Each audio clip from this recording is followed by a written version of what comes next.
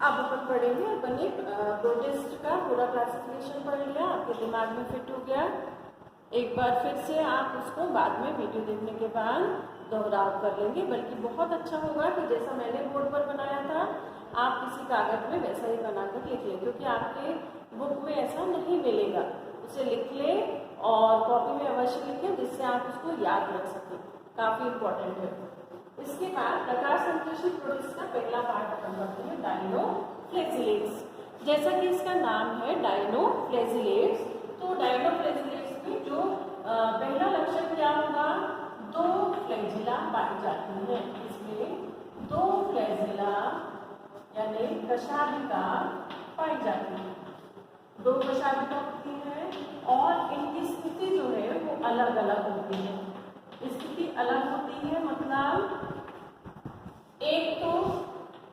एक कशाभिका अनुप्रस्थ और दूसरी कशाभिका दूसरी लंबवत रूप में पाई जाती है। कैसे वो देखते हैं अपन, नंबर पाई जाती है।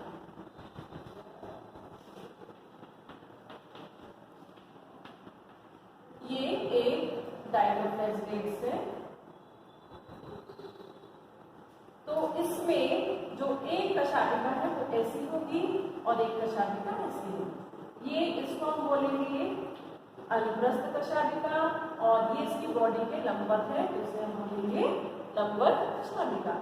इसमें बाहर की जो इसकी बॉडी होती है इसमें बहुत सारी परतें होती है, डिजाइन दिखाई देते हैं और इसीलिए इसे कवच युक्त प्रोटिस्ट भी कहा जाता है।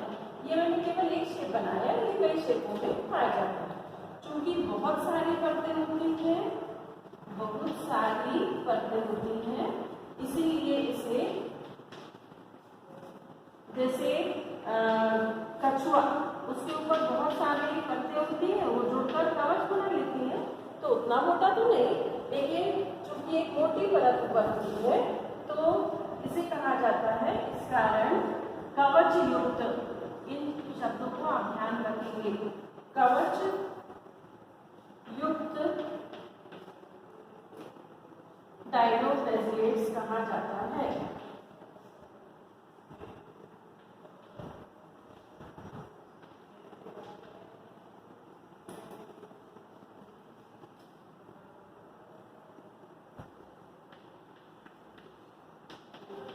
ये चूंकि प्रकाश संश्लेषी है तो इनमें प्रकाश संश्लेषण के लिए भी पढ़ना होंगे।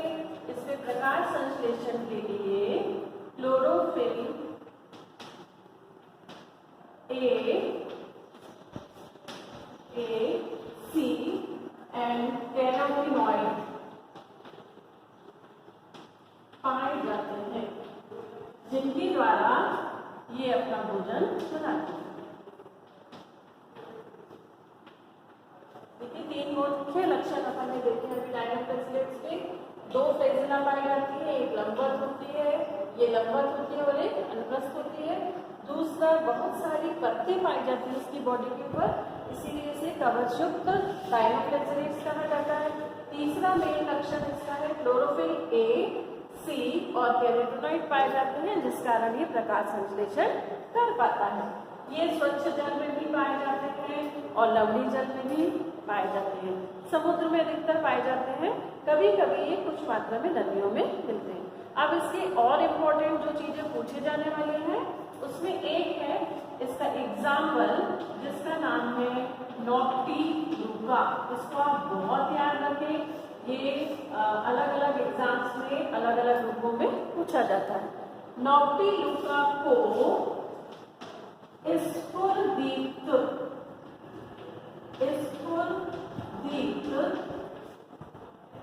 डायनोफ्लेजिलेट्स कहा जाता है, या स्फुरदीप्त डायनोफ्लेजिलेट्स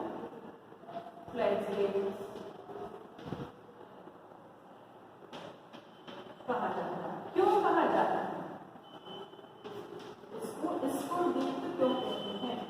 स्फुरदीप्त पदार्थ ऐसे पदार्थ होते हैं जो अपने ऊपर पड़ने वाले अंधेरे में अपने ऊपर पड़ने वाले थोड़े से भी प्रकाश को वापस लौटाते हैं। जो पुराने समय में वॉल क्लॉक होती थी या हैंड वॉच होती थी, उनमें जहाँ नंबर्स होते थे वहाँ पर एक पदार्थ क्वार्ट्ज आता है जो स्फुरदीप्त होता है, तो उसको लगा दिया जाता था। और जो घड़ी के कांटे होते थे वहाँ पर भी क्वार्ट्ज लगा देते थे, तो रात में अंधेरे में भी घड़ी में टाइम देखना आसान हो जाता था, क्योंकि वो कांटे में लगा हुआ क्वार्ट्ज स्फुरदीप्त होता था। नंबर के वहाँ भी क्वार्ट्ज लगे होते थे, वो भी स्फुरदीप्त, तो रात के अंधेरे में वो चमकते थे और आराम से टाइम देखा जा सकता। तो मैं ये बता रही थी आपको स्फुरदीप्त किसे कहते हैं। स्फुरदीप्त का मतलब जो रात के अंधेरे में प्रकाश को अवशोषित करके चमकते हैं। दिन में प्रकाश अवशोषित किया होता है, उसी को वो रात में बाहर निकालते हैं। तो नॉक्टिलूका एक ऐसा डायनोफ्लेजिलेट्स है जो समुद्र में पाया जाता है और ये रात्रि के समय प्रकाश को निकालता है, इसीलिए इसे स्फुरदीप्त कहा जाता है। और पुराने समय में इसके लिए बहुत सारी किंवदंतियाँ थी कि रात्रि में समुद्र में लाइट जलती है, अंधविश्वास थे इस बारे में, जबकि उसका मेन कारण ये होती है। पांचवा जो इसकी मेन चीज आपको याद रखने लायक है, एक और इसका एग्जाम्पल है जिसका नाम है गोनाइयूलेक्स। इसका नाम है गोनाइयूलेक्स, और ये गोनाइयूलेक्स जो है ये समुद्र में लाल ज्वार उत्पन्न करता है। लाल ज्वार उत्पन्न करता है। गोनाइयूलेक्स समुद्र में लाल ज्वार उत्पन्न करता है। कैसे? ये गोनाइयूलेक्स समुद्र में पाया जाता है और जब उनकी संख्या बहुत ज्यादा किसी स्थान पर हो जाती है तो ये एक पदार्थ अपने शरीर से निकालते हैं जो लाल रंग का होता है। और वो लाल रंग के पदार्थ के कारण समुद्र की वो ऊपरी सतह पूरी लाल दिखाई देती है। तो बहुत पहले नासा से समुद्र का जो फोटोग्राफ्स लिए जा रहे थे उसमें समुद्र की सतह में एक जगह बहुत लाल दिखी। वैज्ञानिकों ने फिर उसकी खोज की, ऐसा लग रहा था जैसे कई जंतु वहाँ पर मर गए हों और उनका खून वहाँ पर फैल गया हो, इतना लाल हो गया था समुद्र। तो नासा ने जब खोज की तो पता लगा वहाँ पर कुछ ऐसे जीव पाए जाते हैं जो लाल रंग का पदार्थ निकालते हैं और ये पदार्थ भी जहरीला होता है, जिसके कारण समुद्र का पानी लाल दिखता है। तो उस स्थान पे जो लाल दिखने वाला पानी है उसे कहा जाता है लाल ज्वार। और कौन उत्पन्न करता है उसको? गोनाइयूलेक्स। ये आपको याद रखने वाले पॉइंट्स हैं जो आपको बिल्कुल ही याद होने चाहिए कि जो डायनोफ्लेजिलेट्स हैं उनमें मेन कैरेक्टर्स, ये कैरेक्टर्स भी बोल सकते हैं, इनके स्पेसिफिकेशन भी आप बोल सकते हैं, और सभी आपको याद रखना ही है। ठीक, चलिए आगे बढ़ते हैं। अब हम आगे आते हैं।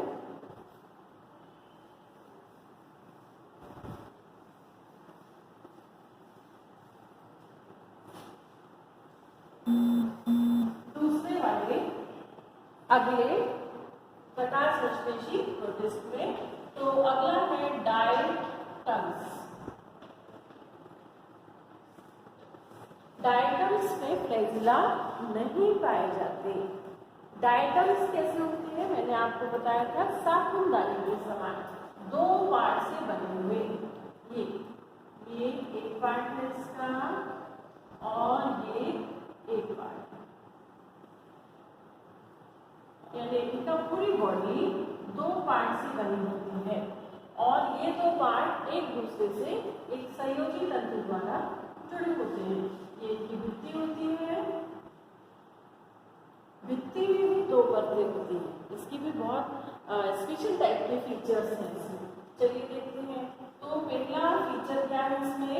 ये दो भागों से मिलकर बना है, दो भागों से मिलकर बना है, जिसमें एक पार्ट ऊपर की तरफ है और एक पार्ट कहाँ है? नीचे की तरफ। जिसमें जो ऊपर वाला पार्ट है इसको कहा जाता है एपिथीका, इसे कहा जाता है एपिथीका, और जो नीचे वाला पार्ट है इसे कहा जाता है हाइपोथीका। ये आपको याद रखना है। डायटम्स दो परतों से मिलकर बना होता है, दो भागों से, ऊपर वाला भाग एपिथीका, नीचे वाला भाग हाइपोथीका कहलाता है। और इसके बाद में दूसरा इसका जो कैरेक्टर है वो क्या है, इसकी प्रत्येक परत भी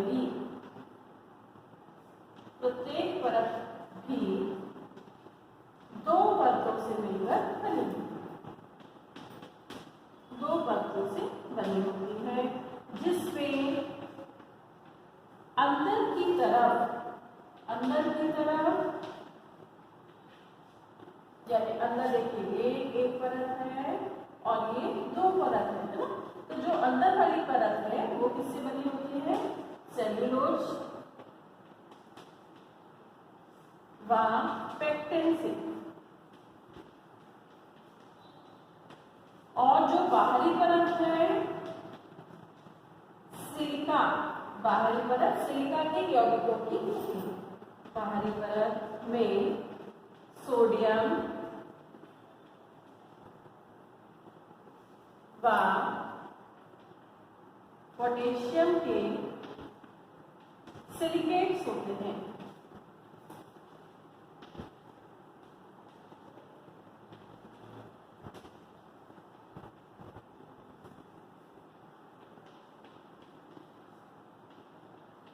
सिलिका आप जानते हैं, सिलिका मतलब रेत के कणों को सिलिका बोला जाता है।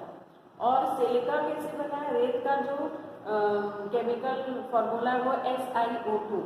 Si क्या है, सिलिकॉन, और ऑक्सीजन जोड़ने से यौगिक बना सिलिका ऑक्साइड, जिसे हम सिलिका भी कहते हैं। और जब वो सिलिका सोडियम पोटेशियम से जुड़ जाती है तो सिलिकेट्स बनते हैं, और इन्हीं सिलिकेट से बना हुआ इनका बाहरी आवरण होता है। यानी ऊपर और नीचे ये चारों तरफ भित्ति किसकी होगी, सोडियम पोटेशियम के सिलिकेट्स की, और अंदर की तरफ क्या होंगे, सेल्यूलोज और पेक्टिन की परतें होंगी। ये इनकी मुख्य विशेषता है। और इनमें जो भोजन ये करते हैं वो अपने प्रकाश संश्लेषण द्वारा करते हैं। तो प्रकाश संश्लेषण के लिए इसमें क्या क्या पाया जाता है, इसमें पाया जाता है chlorophyll a, chlorophyll c, and पाया जाता है ज़ैंथोफिल व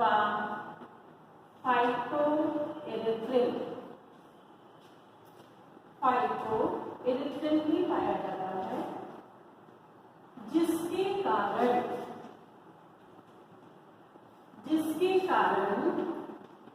ये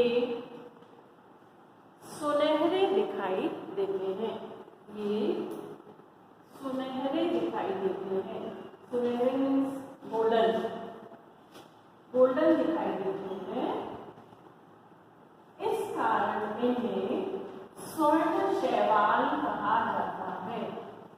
अतः इन्हें स्वर्ण शैवाल कहा जाता है। ये बहुत इंपॉर्टेंट पार्ट है इसका कि स्वर्ण शैवाल किसे कहा जाता है। स्वर्ण शैवाल डायटम्स को कहा जाता है, जिसमें क्लोरोफिल ए, सी, ज़ैंथोफिल, फाइटोएरिथ्रिन होते हैं, जिसके कारण इनका कलर सुनहरा गोल्डन होता है। समुद्र के पानी में ये चमकते हुए दिन में भी दिखाई देते हैं। इस कारण इन्हें स्वर्ण, सोने के समान शैवाल मतलब जो अपना भोजन खुद बना सकते हैं, गोल्डन एल्गी भी कहा जाता है। ये भी इसका मेन कैरेक्टर है। अब इसमें इसका मेन कैरेक्टर जो है वो ये है कि ये जो है ये प्रजनन कैसे करते हैं। बहुत ही स्पेशल टाइप का इनका प्रजनन होता है। और ये जो प्रजनन है कैसे होता है, प्रजनन इनमें किस प्रकार का पाया जाता है। तो इनमें पाया जाने वाला जो प्रजनन है नेविक्यूला इसका एक एग्जाम्पल है। इसमें कोशिका विभाजन द्वारा होता है।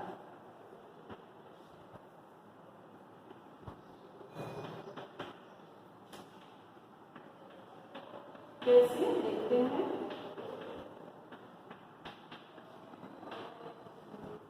देखिए सामने, ये इसका एक पार्ट है और ये इसका दूसरा पार्ट। ठीक, अब इसमें मैं इसको 2 कलर से कर देती हूँ जिससे आपको अच्छे से समझ में आए।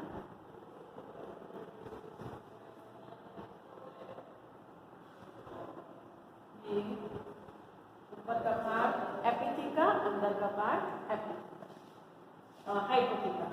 अब देखिए इसमें क्या होता है, जो हाइपोथीका है वो हाइपोथीका अंदर ही अंदर एक और हाइपोथीका बनाएगा, और जो हाइपोथीका है ये हाइपोथीका अपने चारों ओर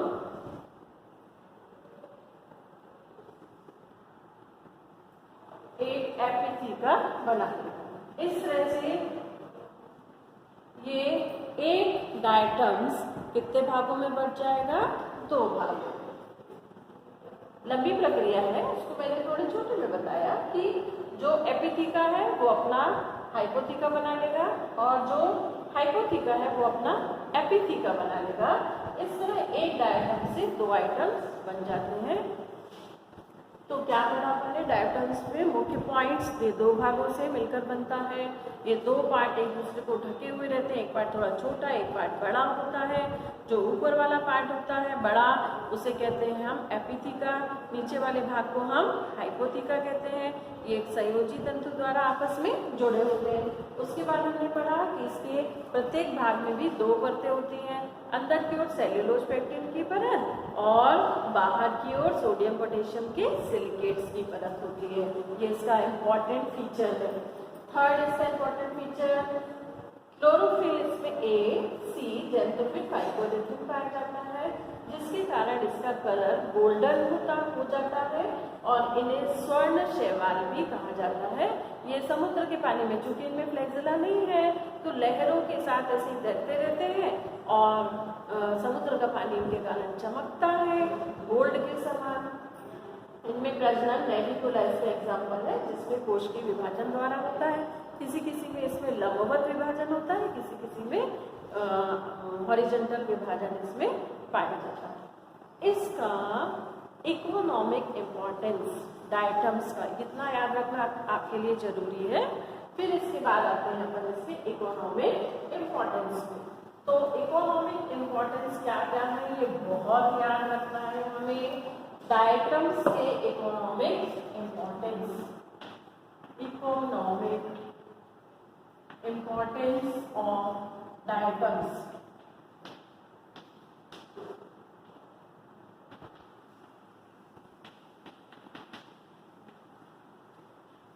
पहला बिल्कुल याद रखना है हमें कि डायटम्स जो है ये पहला इनकी बाहरी परत सिलिका की होती है, तो सिलिका इनके मरने पर, डायटम जब मरते हैं, डायटम के मरने पर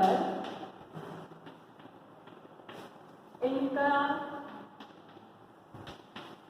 जो बाहरी परत है, इनकी बाहरी परत घुलती नहीं है, इनकी बाहरी परत नहीं घुलती और समुद्र में जमा हो जाती है। समुद्र में नीचे व किनारे पर जमा हो जाती है, जिसका उपयोग हो जाती है।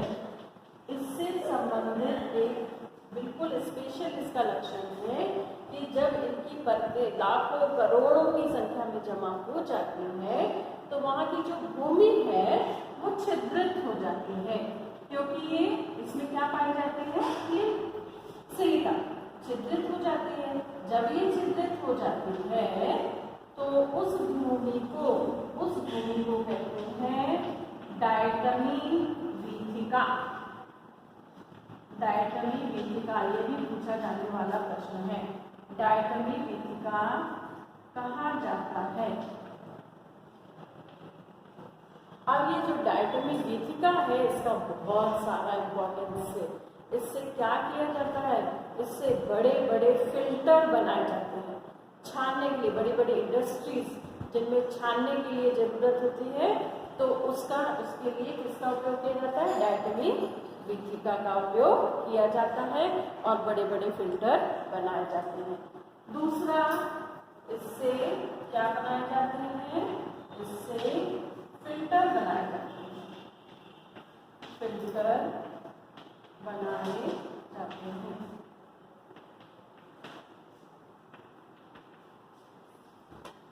अब अगला इकोनॉमिक इम्पोर्टेंस,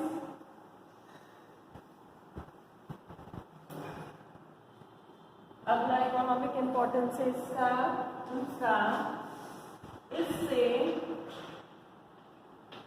ताप प्रतिरोधी ईंटें बनाई जाती हैं, ताप प्रतिरोधी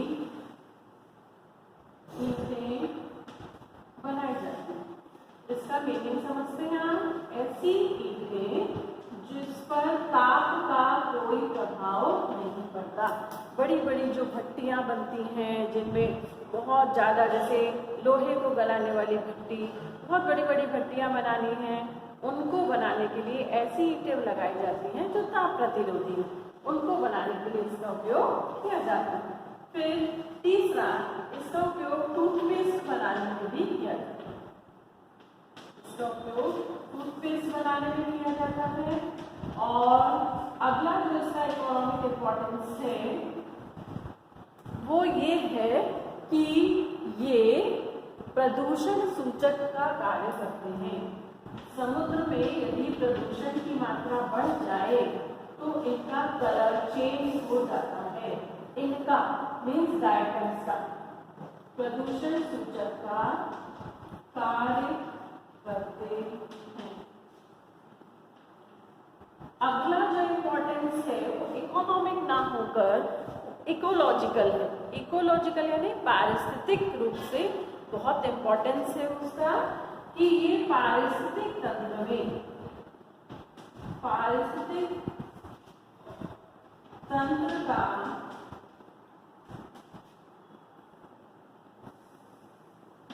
में उत्पादक का कार्य करता है, उत्पादक का कार्य करता है और ये समुद्र के छोटे जीवों के भोजन के काम में आता है।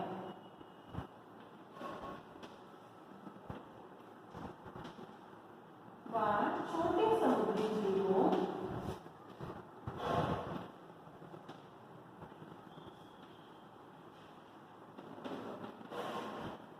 को पोषण देता है।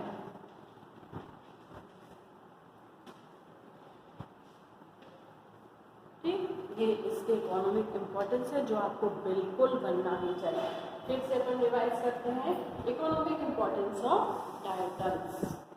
पहला, ये डायटम्स समुद्र में पाए जाते हैं। जब मर जाते हैं तो इनके जो बाहरी कवच हैं वो समुद्र में नीचे किनारों पर जमा होते रहते हैं और ऐसी भूमि जिसमें ये बहुत ज़्यादा मात्रा में पाए जाते हैं छिद्रित होती है, जिसे हम डायटोमी वीथिका कहते हैं और इसका उपयोग बड़े बड़े फिल्टर बनाने में किया जाता है। दूसरा इम्पोर्टेंट, डायटोमी वीथिका से ही ताप प्रतिरोधी ईंटें बनाई जाती हैं जिनका उपयोग जहाँ पर बहुत ज़्यादा तापक्रम है भट्टियाँ वगैरह में लगाने में किया जाता है। तीसरा, इसका इकोनॉमिक इम्पोर्टेंस, टूथपेस्ट बनाने में इसका उपयोग किया जाता है। चौथा, ये प्रदूषण सूचक का कार्य करते हैं। यदि समुद्र में किसी जगह पर प्रदूषण बढ़ गया है तो वहाँ पर डायटम्स का कलर चेंज हो जाता है, इससे पता चलता है वहाँ प्रदूषण बढ़ गया है। फिर चौथा, इकोलॉजिकल इम्पोर्टेंस है। ये बहुत इम्पोर्टेंट चीज़ है क्योंकि समुद्र में रहने वाला जो सबसे छोटा जीव है वो अपने से बड़े जीव को भोजन प्रदान करता है, वो अपने से बड़े जीव को, वो अपने से बड़े जीव को, इससे पूरी एक खाद्य श्रृंखला बनती है। तो जो सबसे छोटा वाला होता है वो इम्पोर्टेंट होता है क्योंकि उससे अगला वाला उसी के कारण जीवित रहेगा, अन्यथा पूरी श्रृंखला खत्म हो जाएगी। तो पारिस्थितिक तंत्र में उत्पादक का कार्य करता है, सबसे छोटा उत्पादक, और सबसे छोटे जो समुद्री जीव होते हैं उनके लिए भोजन का कार्य करता है। ठीक, तो अभी अपन ने क्या क्या पढ़ लिया? अपन ने पढ़ा क्लासिफिकेशन ऑफ प्रोटिस्ट, फिर अपन ने पढ़ा डायनोफ्लोजिलेट्स, और अब पढ़ लिया अपन ने क्या? डायटम्स। ठीक, ये सबको समझ में आ गए होंगे। इसके बाद हम पढ़ते हैं यूग्लिनॉइड्स। प्रकाश संश्लेषी प्रोटिस्ट का जो क्लासिफिकेशन हुआ था उसमें पहले थे डायनोफ्लोजिलेट्स, दूसरे थे डायटम्स, और अब जो अपन पढ़ रहे हैं वो है कौन? यूग्लिनॉइड्स। यूग्लिनॉइड्स का मेन फीचर तीसरा, यूग्लिनॉइड्स।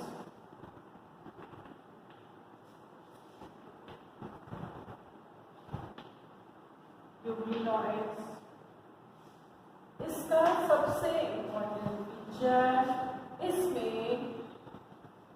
इसमें दो कशाभिकाएं पाई जाती हैं, जिसमें से एक कशाभिका तो दिखती है, दूसरी कशाभिका नहीं दिखती।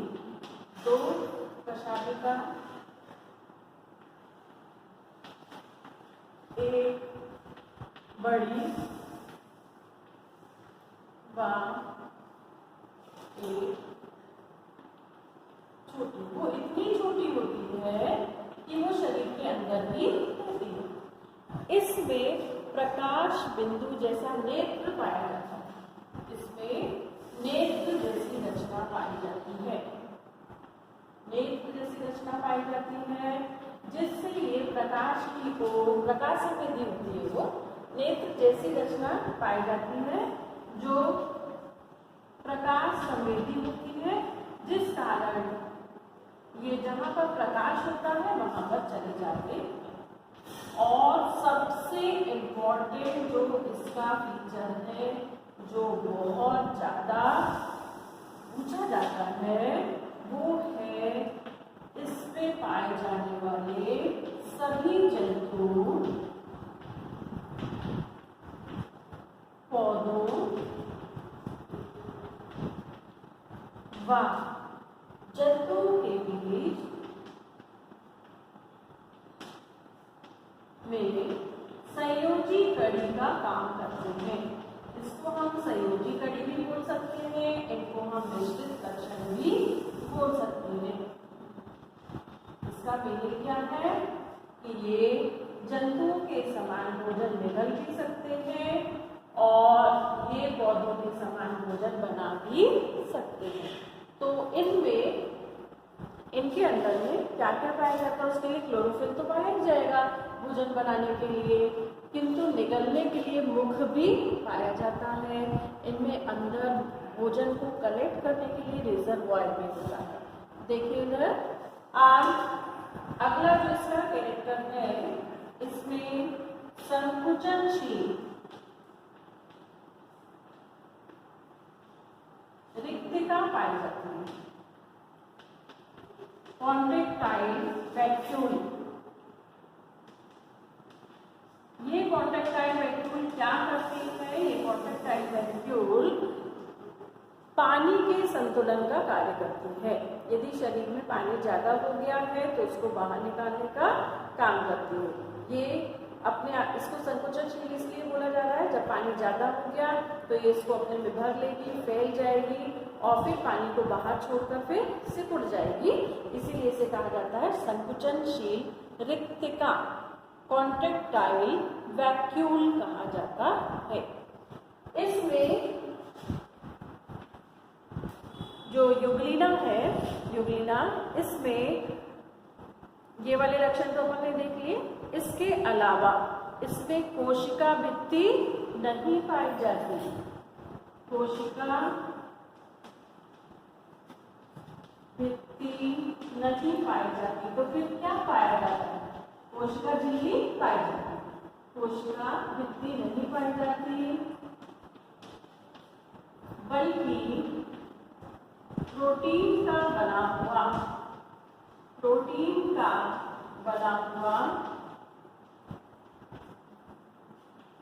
पेडिकल पाया जाता है,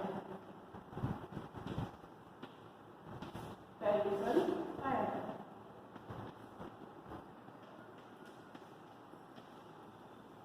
प्रोटीन का बना हुआ पेलिकल पाया जाता है, कोशिका भित्ति नहीं पाई जाती।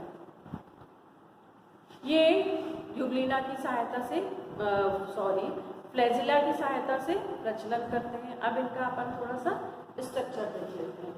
देखिए,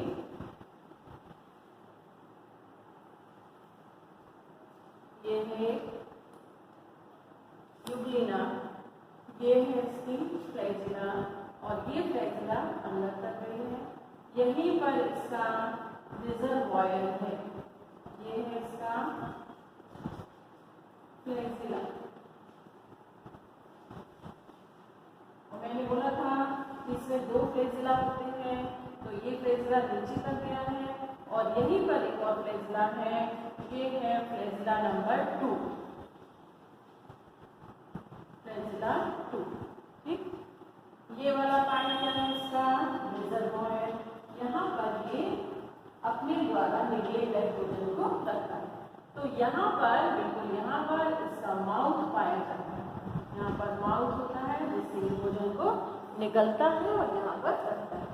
बिल्कुल यहीं पर जहाँ पर छोटी कशागिका होती है, वहाँ पर एक प्रकाश संवेदी बिंदु होता है, और ये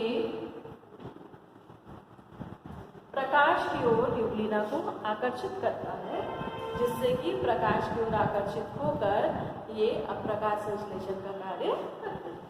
यहीं पर केशिका पाई जाती है, वैक्यूल पाई जाती है, ये पानी का निगल करती है और पचे हुए भोजन को लेकर पूरी कोशिका में घूमती है। इसमें संकुचनशील कॉन्ट्रैक्टाइल वैक्यूल भी पाई जाती है। कॉन्ट्रैक्टाइल वैक्यूल ये पानी की मात्रा का नियमन करती है। इसके अलावा इसमें ये जो यूग्लिना है, इसमें यहाँ पर बीच में एकदम सेंटर में केंद्रक पाया जाता है, और बहुत सारे भोजन के कण पाए जाते हैं। ये संचित भोजन है, जो जिस समय भोजन नहीं मिलेगा तो काम आएंगे, अन्यथा फिर ये अपना भोजन बनाए। तो इसके स्पेशल फीचर्स आपको समझ में आ गए। 2 कशागिका इसमें होती है, एक बड़ी और एक छोटी। एक ये बड़ी है और एक ये अंदर की ओर छोटी है। दूसरा नेत्र जैसी रचना पाई जाती है, जो प्रकाश संवेदी होती है, प्रकाश की ओर जिसके द्वारा ये आकर्षित होते हैं। तीसरा, ये संयोजी कड़ी का काम करते हैं, इनमें प्रकाश संश्लेषी पदार्थ भी होता है, और ये जंतुओं के साथ भोजन निकलते हैं। निकलने के लिए यहाँ पर इसका माउथ होता है, और उसको स्टोर करने के लिए यहाँ पर रिजर्वॉयर होता है, जिससे ये भोजन को यहाँ पर पचाने का कार्य करते हैं। फिर अगला जो है, इसमें कोशिका भित्ति नहीं पाई जाती, और इसकी जगह प्रोटीन का बना हुआ पेलिकल पाया जाता है। ठीक, अब इसके बाद में जो है हम करेंगे अगला पार्ट पढ़ेंगे। आज हमने प्रकाश संश्लेषी प्रोटिस्ट का पूरा क्या पढ़ लिया, हमने तीनों पार्ट प्रकाश संश्लेषी प्रोटिस्ट के पढ़ लिए, डायलोफ्लैजिलेस, डायटम्स एंड यूग्लिनोइड्स। ठीक, आपको समझ में आ गए होंगे। नहीं समझ में आए तो आप मुझसे पूछ सकते हैं, कमेंट बॉक्स में कमेंट करके भी पूछ सकते हैं। और ये इसमें काफ़ी इम्पोर्टेंट फीचर्स अपन ने पढ़े हैं, जो ऑब्जेक्टिव्स में ना केवल आपके 11th में, बल्कि आने वाले जो आप कॉम्पिटिटिव एग्जाम देंगे उसमें भी पूछे जा सकते हैं। तो मेरे आज के प्रश्न जो अब मैं पूछ रही हूँ आपसे, पहला प्रश्न, प्रोटिस्ट को कितने भागों में बांटा गया है? दूसरा प्रश्न, स्फुरदीप्त शैवाल का नाम बताइए। तीसरा, लाल ज्वार कौन उत्पन्न करता है? चौथा प्रश्न, स्वर्ण शैवाल किसे कहते हैं? और पांचवा प्रश्न है मेरा कि पौधे और जंतुओं के बीच संयोजी कड़ी बनाने वाले जीव का नाम बताइए। All the best.